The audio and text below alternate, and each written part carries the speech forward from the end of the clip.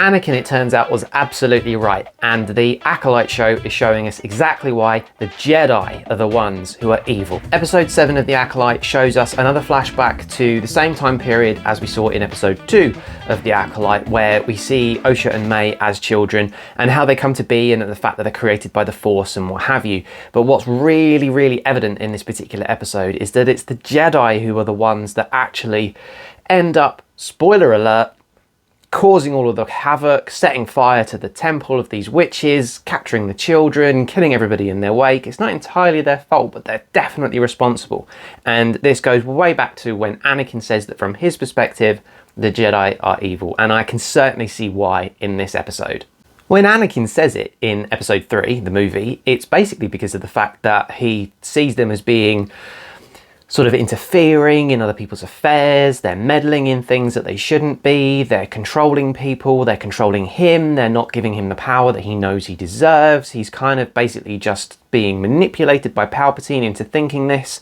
But actually, the truth of it is that the Jedi do interfere with things and people and planets and systems and politics that they have no right to interfere in. And it's an interesting little Easter egg in this episode of The Acolyte where they actually say that it's the interference and the pride and the ego of the Jedi that will eventually destroy all of them. And obviously we know that comes true from episode 3 in the movies. So it's a little bit of a prelude and a wonderful little Easter egg sort of going back to that. But it's demonstrated really nicely in this episode of The Acolyte, whereby they are interfering. They're interfering on this planet where they're sort of encountering these witches. There's a very obviously strong Force sensitivity on this planet, and they're using the Force in their magic that they wield. And rather than doing what would be the sensible thing to do, to sort of just, you know, disappear and leave them to it and not interfere, they take it upon themselves to try to take the 2 children away. Soul is just really bad as a Jedi because he's definitely forming a very fast and very strong attachment to Osha and May. I mentioned that in the last episode of this vlog, but it's so powerful and so strong that he can't stop himself from then interfering with what the witches are doing on their Ascension Day, when the 2 girls kind of inherit their powers and sort of grow in stature and all this kind of thing. So as soon as he latches on to the fact that Osha is a little bit hesitant about kind of going that way and taking on that power, and that maybe she wants to be a Jedi, he latches onto that really hard, forms a massive attachment to her, and in doing so, everything in his view is about saving the children from a fate that they don't want. So he thinks that he's doing the right thing, but he is actually acting like a Sith. He's being driven purely by emotion and by attachment to people that he shouldn't have attachment to. But that begs the question, why do the Jedi feel like they have any right or any responsibility whatsoever to interfere with people and with planets and with systems and with cultures that they have no obligation to do? Like, this attachment is so unreasonable. And as far as like the writing in the show goes, it's a little bit dodgy, because it's kind of, why would somebody form an attachment to someone that they've known for probably less than 5 minutes? So it's a little bit weak from a writing perspective. But it's very un-Jedi-like. He's acting like a Sith in the fact that he forms that attachment and then acts on those emotions. And because he does so, he then ends up fulfilling the prophecy that the witches have sort of set out to Osha and May, in that everybody is going to get destroyed and that there's only going to be the 2 of them left. So those prophecies come true purely because the Jedi interfere. If they just stayed away and ignored them, and okay, fair enough, maybe like acknowledge their existence or whatever, but by interfering they actually create the problems, they cause the havoc, they end up causing some of the witches there to encourage May to go and be aggressive and let out her anger, and that then starts the fire, which causes obviously all of the destruction of that temple. But it's not the fire that actually kills everyone inside. It's the Jedi that do it. The Jedi are the ones that actually kill everybody. In trying to actually defend themselves against the Jedi, they use a sort of mind trick, as it were, using the Force to turn the Jedi on themselves. And basically they end up possessing the Wookiee Jedi into fighting against the others.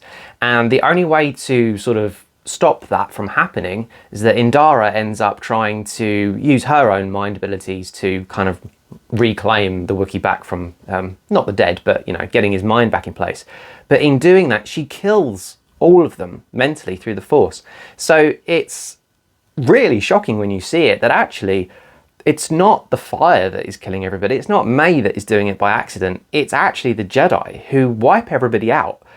Not necessarily by accident. She knows that she's doing it. She's doing it to save her colleague, the Wookiee. So it's actually really shocking that in the end, despite what we saw in episode 2 of the show, when you think that the Jedi are there and saving the twins and sort of taking them out of the fire, or at least one of them, it's actually the Jedi that are killing everybody in the first place.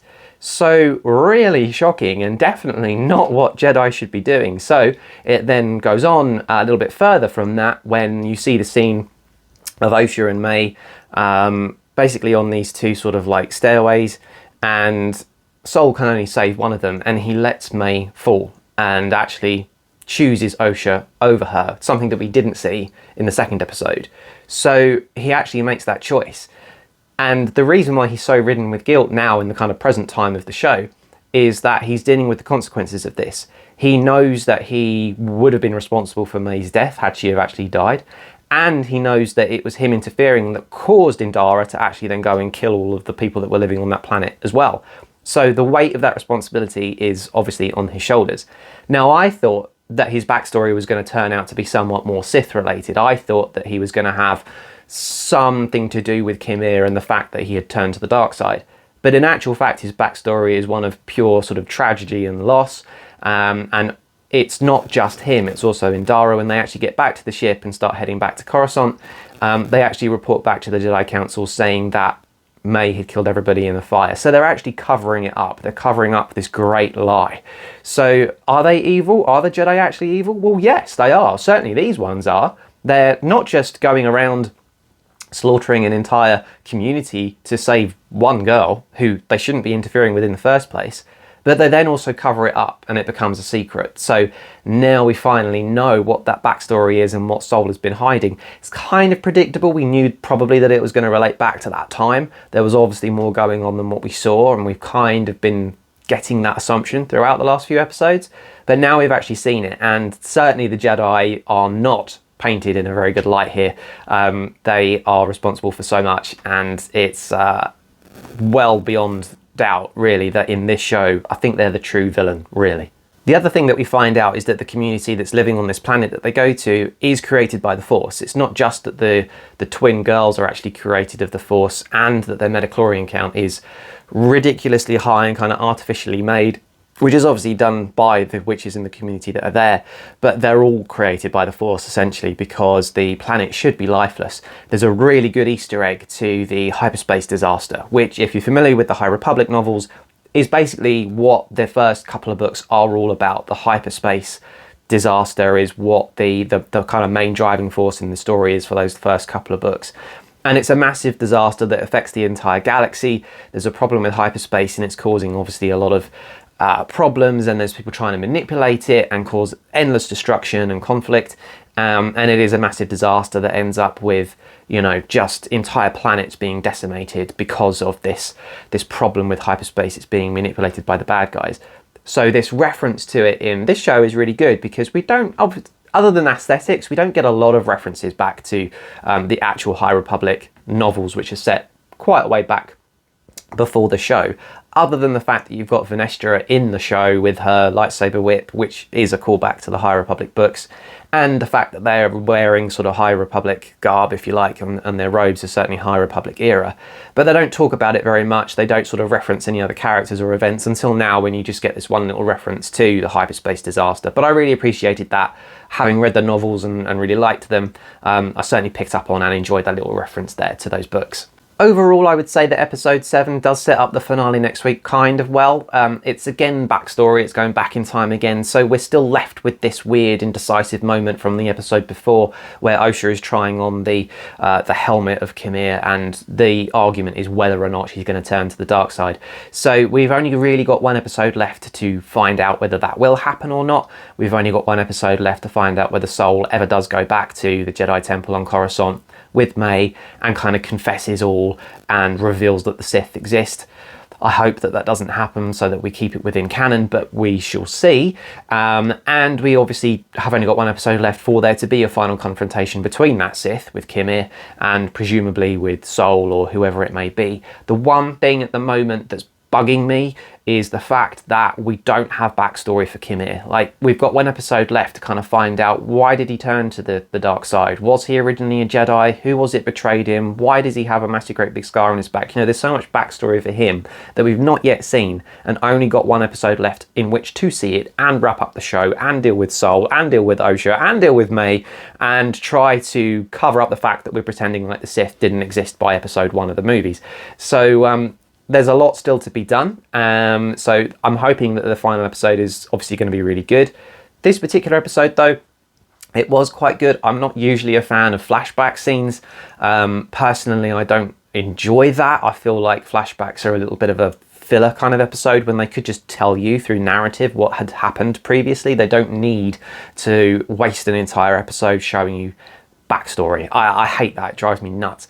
So I kind of didn't really like the fact that they'd wasted an episode telling you that story, that again, they could have just done that through dialogue between characters in the present time, and instead expanded those stories again with more dialogue that they could have had explaining what had happened to Kimir, how did he end up as a Sith with the dark side, where is the betrayal and what's happened, etc, etc. So I feel like the story is now going to be really jammed and crammed into this final episode.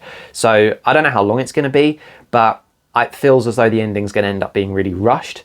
So this episode, to me, episode 7, I feel was a bit of a waster. It is filler, and it is frustrating because the backstories I want to see, we haven't seen. I'd like to know why Kimir is the way that he is, because he is actually probably the most interesting character in the show, to me anyway. So far, I mean, we'll see what happens next week with the finale, and obviously I will do a vlog about that. In the meantime, though, tomorrow is, for me at least, Goodwood Festival of Speed, so I will be down there tomorrow filming, and hopefully there'll be a load of footage and a lot of videos coming from that. So if you're into your Formula 1 cars, racing drivers, rally cars, anything like that, motorsport generally, you're going to love what I've got coming up in the next couple of videos on this channel. So with that said, please do subscribe. Leave a comment, let me know what you think about this episode.